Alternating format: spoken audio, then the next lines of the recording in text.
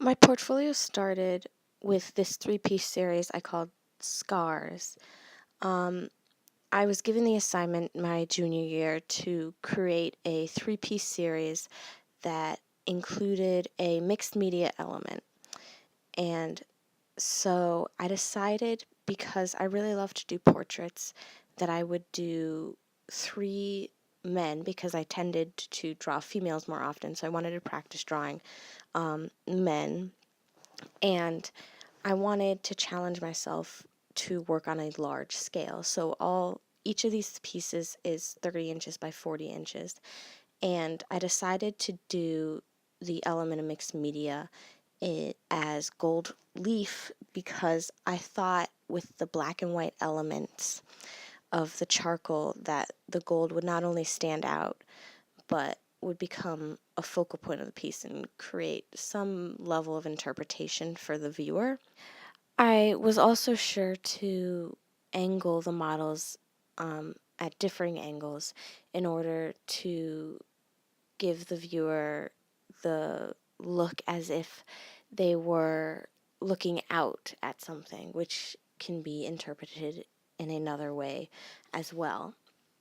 But basically, these three pieces were what started my concentration, and they were the three pieces that started my portfolio.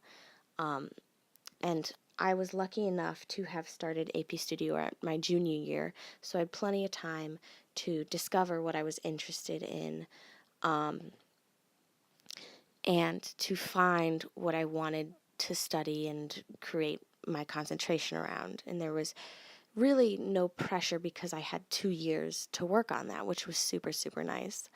Um, I will say, going into AP Studio Art as a junior, when a lot of the class is full of seniors, um, can be it can be scary, but I definitely am thankful because I learned um, a huge amount, not only about myself as an artist, but about the process that other artists have and what they can do, and it helped inspire some of my artwork. So I think, and going into senior year as an AP Studio Art student who had already had some experience in the class, it was really a useful knowledge to bring into my senior year. In terms of my concentration, I have been studying a couple different things. It started out as studying the effects of light on the human body and using dramatic lighting to create a feeling in the pieces that I was using, but always with a human subject, because for whatever reason I found portraitures and the human body very fascinating and something that I wanted to work with. And so I wanted to work with lighting and figuring out how that could portray a different emotion depending on how harsh the lighting was. But then I ended up bringing a lot of gold into my pieces. And so I kind of saw that as a bridge between light and dark, because a lot of my pieces have very highlighted lights and then very dark darks. And so I saw gold as kind of a bridge between the two, and oftentimes I would place gold um, right on a harsh line, and so it would bridge the gap between the harsh ranges of value and kind of make the piece feel more together, but also bring a focal point for the piece as well. And so that became another element to my concentration as well. And then I also didn't include backgrounds in any of my pieces because I wanted, again, the shadows to become the background. So the only backgrounds I ever included in my pieces were shadows, and that was another intentional thing for the viewer to interpret, and by having the shadows behind my subjects, it often created an ominous or interesting aspect to the piece. I also love the idea of studying the human body, as I previously stated, but I didn't want to do it in that overdone way that so many artists do, because you see beautiful portraits all the time, but they're very basic and something you've seen before. But I wanted to, by the use of my harsh shadows in my pieces, I wanted to create a difference between my pieces, my portraits, and the traditional portraits you might be used to seeing from other artists. One artist who I took a lot of inspiration from when creating some of my portraits was a woman named Amy Sherald. She is an artist who does only portraits, and she, in fact, did Michelle Obama's portrait when she was First Lady. And she was an inspiration to me because she doesn't include backgrounds in her pieces either. Instead, she includes just a solid, bright color.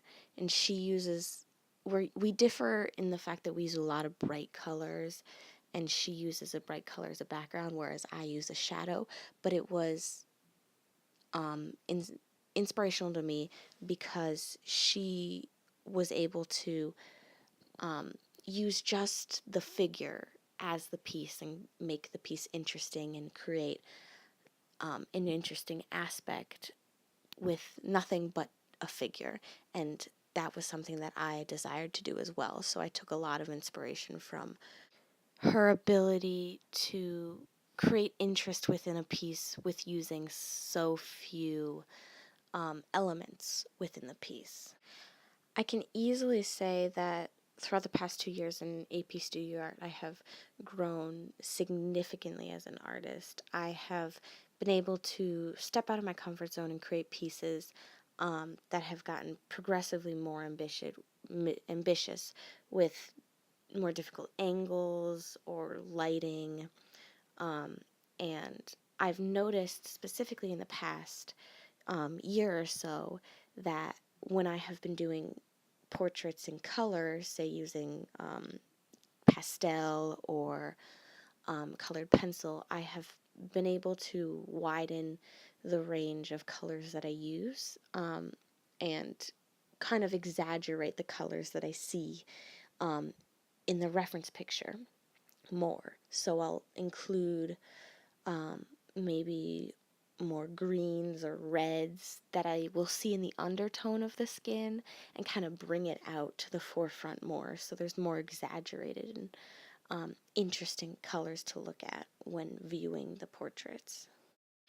If I had any advice to give to incoming AP Studio Art students, I would tell them to really branch off and make all kinds of pieces with a bunch of different subject matter at the beginning and just kind of explore what you're interested in studying and find what you want your concentration to be, because if you don't like what you're studying, the pieces won't be as inspired, and you need to find the love of what you're studying and experiment with different mediums, because you'll never know if you are missing out on something that you've just never tried before. And again, don't get discouraged by comparing your artwork to other people's artwork. Instead, compare the pieces you're working on now to the pieces you have finished in the past, and that way you can see your own improvement instead of comparing yourself to other artists whom you might think are more talented than you, um, but instead realize how far you've come with your own artwork and be proud of that.